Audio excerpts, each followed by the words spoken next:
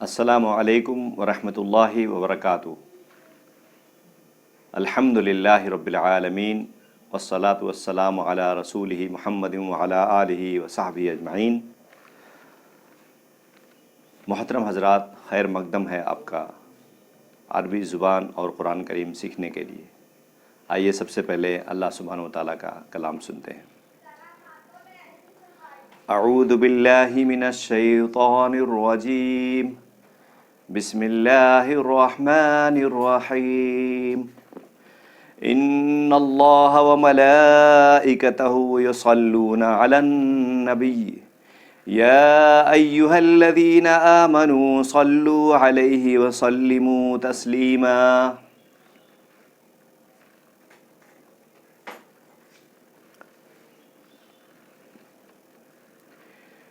بے شک یقیناً اللہ سبحانہ وتعالیٰ اور اس کے فرشتے نبی صلی اللہ علیہ وسلم پر درود بھیجتے ہیں۔ اے ایمان والو، تم بھی اس پر درود و سلام بھیجا کرو۔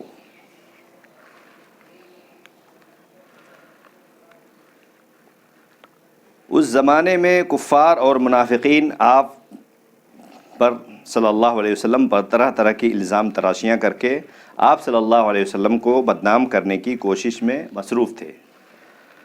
اس کے جواب میں اللہ تعالیٰ نے فرمایا، ان اللہ وملائکتہ یصلون علی النبی یا ایھا الذین آمنوا صلوا علیہ وسلموا تسلیما۔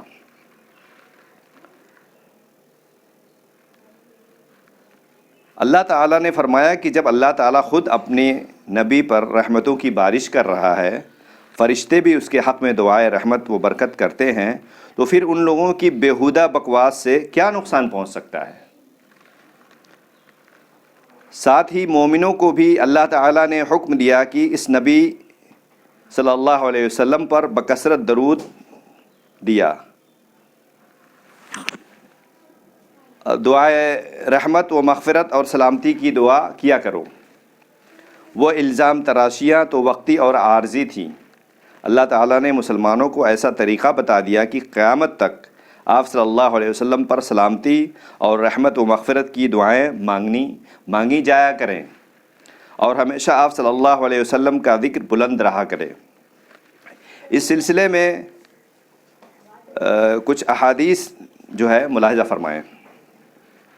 آپ صلی اللہ علیہ وسلم پر سلام کیوں ضروری ہے؟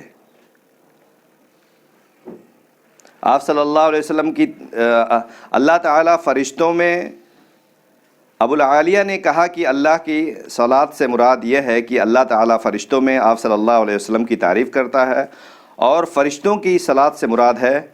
اور ابن عباس کہتے ہیں کہ یصلون کا یہ معنی ہے کہ برکت کی دعا کرتے ہیں۔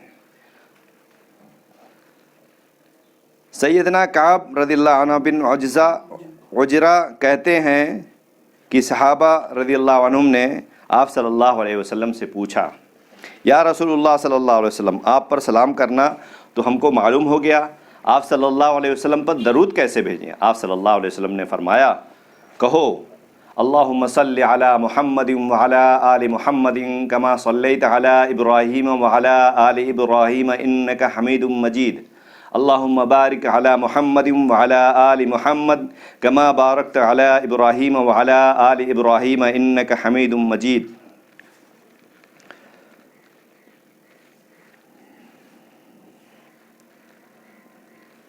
سیدنا انس رضی اللہ عنہ کہتے ہیں کہ آپ صلی اللہ علیہ وسلم نے فرمایا، جو شخص ایک بار مجھ پر درود بھیجے گا تو اللہ سبحانہ وتعالیٰ اس پر 10 رحمتیں بھیجے گا، اس کے 10 گناہ معاف کریں گے اور 10 درجے بلند کیے جائیں گے۔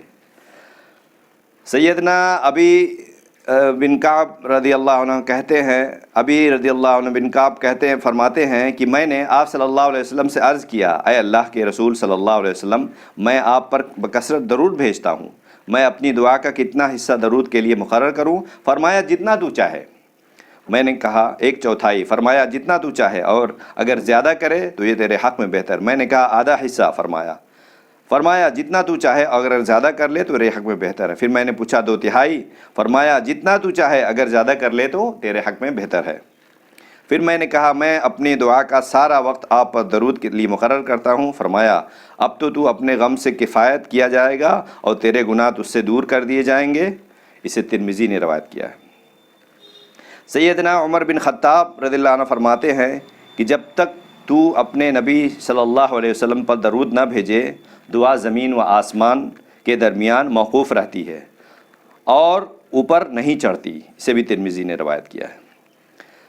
سیدنا علی رضی اللہ عنہ فرماتے ہیں کہ آپ صلی اللہ علیہ وسلم نے فرمایا وہ شخص بخیل ہے جس کے پاس میرا ذکر ہو پھر اس نے مجھ پر درود نہ بھیجا۔ اسے بھی ترمذی نے روایت کیا ہے۔ آئیے آج کا سب سے پہلے سبق سے پہلے کچھ الفاظ نوٹ کر لیں اور اسے یاد کر لیں تاکہ آپ کو آئندہ فائدہ ہو۔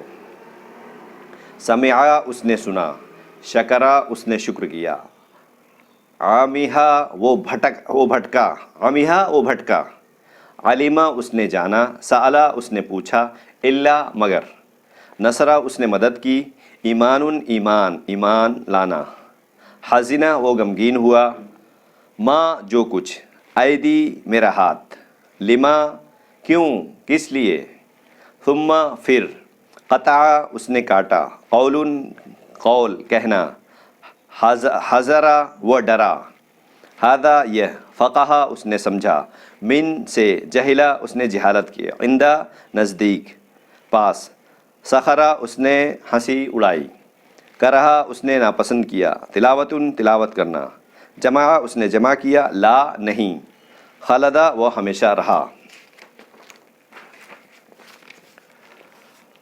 اب آئیے ہم پڑھتے ہیں فعل امر۔ فعل امر یعنی آرڈر، فعل امر مطلب آرڈر، ورب کا جو آرڈر ہوتا ہے اسے کہتے ہیں۔ افعل تو ایک مرد کر، افعلا تم دو مرد یا دو عورتیں کریں، افعلو تم سب کرو، تم سب مرد کرو، افعلی تو ایک عورت کر، افعلنا تم سب عورتیں کرو، لا تفعل تو ایک مرد نہ کرو۔ اس میں فعل امر میں امر بھی ہے اور نہیں بھی ہے۔ پہلے ہم نے امر پڑھا، افعل، افعلا، افعلو، افعلی، افعلنا۔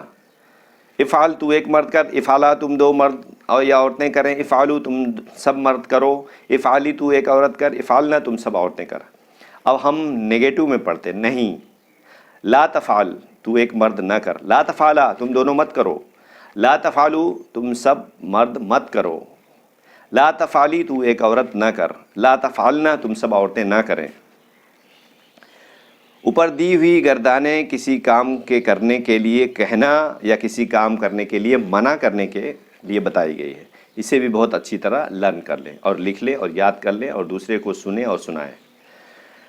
آگے پڑھیے، مشق کریے اس طرح سے، اذهب تو جا، لا تذهب تو مت جا، اعملوا تم سب کرو، لا تسمعوا تم سب مت سنو، اعلموا تم جان لو، لا تحزن تم غم مت کر، لا تفعل تو مت کر، لا تجعل تو مت بنا، افعل تو کر، اشرح تو کھول، لا تفعلوا تم مت کرو، تم سب مت کرو، لا تفرقوا تم مت تفرقہ کرو، تم تفرقے بازی مت کرو، فرقے بازی مت کرو۔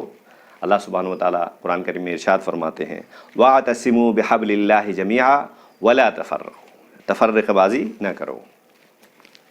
اسی طرح سے اور سیکھیے، لا تقربا تم دونوں قریب نہ جاؤ، لا تسألنی اشرح لی اشربوا واسمعوا وللکافرین عذاب علیم ارکبوا۔ اس کا ترجمہ آپ کریے اور کچھ مشکل الفاظ بھی نوٹ کر لیجئے۔ عمل عمل کرنا، کام کرنا، علم جاننا، عمل عمل کرنا، علم جاننا، شرح کھولنا، کشادہ کرنا، فرق فرقہ ڈالنا، قرب قریب ہونا، سؤال پوچھنا، سوال کرنا، شراب پینا، عذاب علیم دردناک عذاب، رکب سوار ہونا۔ قرآن پاک میں ہر رکوع کے خاتمے پر نشان عین لگا ہوتا ہے، اس کے معنی یہاں ایک رکوع پورا ہو گیا ہے۔